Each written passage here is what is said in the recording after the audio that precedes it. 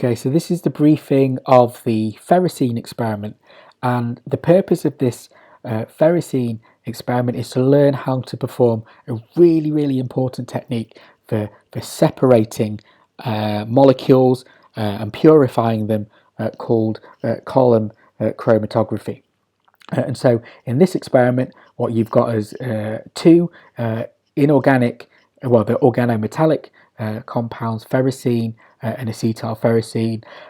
These are called sandwich complexes, and they're very important types of inorganic molecules. You'll learn more about them in the theory part of your course as to why they have these structures.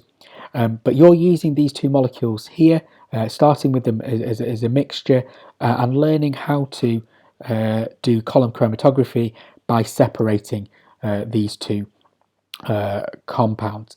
Okay, both are coloured compounds, so you'll see them running off the column, and the idea is to separate and have both pure ferrocene and acetylferrocene. And that's the aim of this experiment. Okay, so really important to watch the pre-lab videos for this experiment. Column chromatography is a really important skill, but there's lots of steps to performing this technique correctly. So do watch the video and make a note of all the kind of important steps that you need to do to run a column.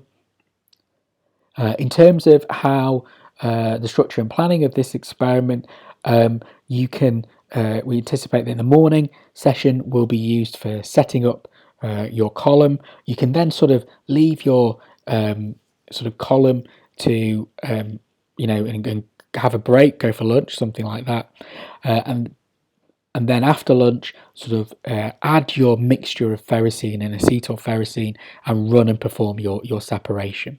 Okay, one of the really important points is that once you've added your acetyl ferrocene and ferrocene, okay, then you cannot leave your column. You have to run and see it through until your two compounds are separated. So if you're going to take a break, the best thing to do is set up your column first, then you can leave your column before you add your ferrocene and acetylferrocene.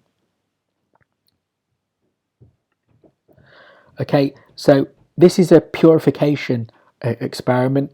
Okay, so what the aim of this experiment is to separate both compounds which are mixed together at the start and have both pure ferrocene and acetylferrocene sort of collected sort of separately. Okay, so we're not assessing you on yield here. This is an experiment where we're judging you on purity and how well you've separated the two compounds.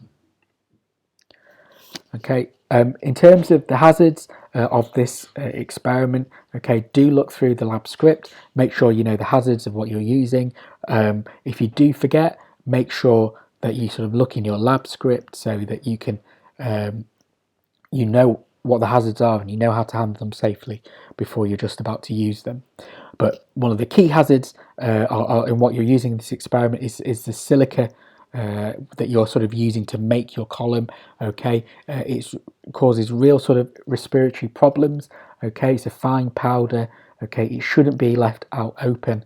You shouldn't be weighing out or using it outside of your fume hood, and it also has a special silica waste container as well. Okay, so make sure you look through your health and safety information before you use it in the experiment.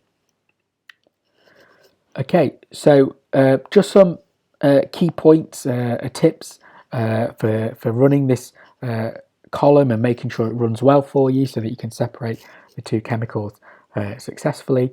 Okay, so you make this sort of column of silica gel here. That's what that white column is here in the picture. Okay, what you want is your two compounds to run as sort of thin sort of bands that run down sort of a flat thin band that runs down the column and separates from your other compound. So the key thing to helping that happen is to make sure that your silica level remains flat, because if it's at an angle, for example, then the compound down here and compound up here is going to start separating or come out the end of the column at different rates, and maybe your second compound might start mixing with the end of your first compound. Okay, so if you keep a flat column, you'll get better separation. The other thing as well to remember is that when you have a column, okay, you use a solvent to sort of pass through the column, and you know, which sort of causes your compounds to follow through. You want to make sure the silica always stays wet. So as you're adding your solvent, the solvent level will pass through the column. It will go down and down. Okay, you must replenish the solvent before the solvent level goes before your level of your silica here. Otherwise, you sort of get air mixing into your column, and when air mixes into your column, it sort of, again, it breaks up how well your compounds run down the column, and you get separation that isn't as good. So in this experiment, both compounds are coloured, so you should see them coming off as sort of coloured bands. Ferrocene should come off the column first, so as a yellow band, sort of runs down the column. It's collected in sort of the first conical flask. Then what you do is you swap over to a new conical flask, and then a second band, a red band, should come down through the column. That should be your acetyl ferrocene. You collect it in a different flask, okay, and because you've collected the two compounds in different flasks, that you've separated and you purified them from each other.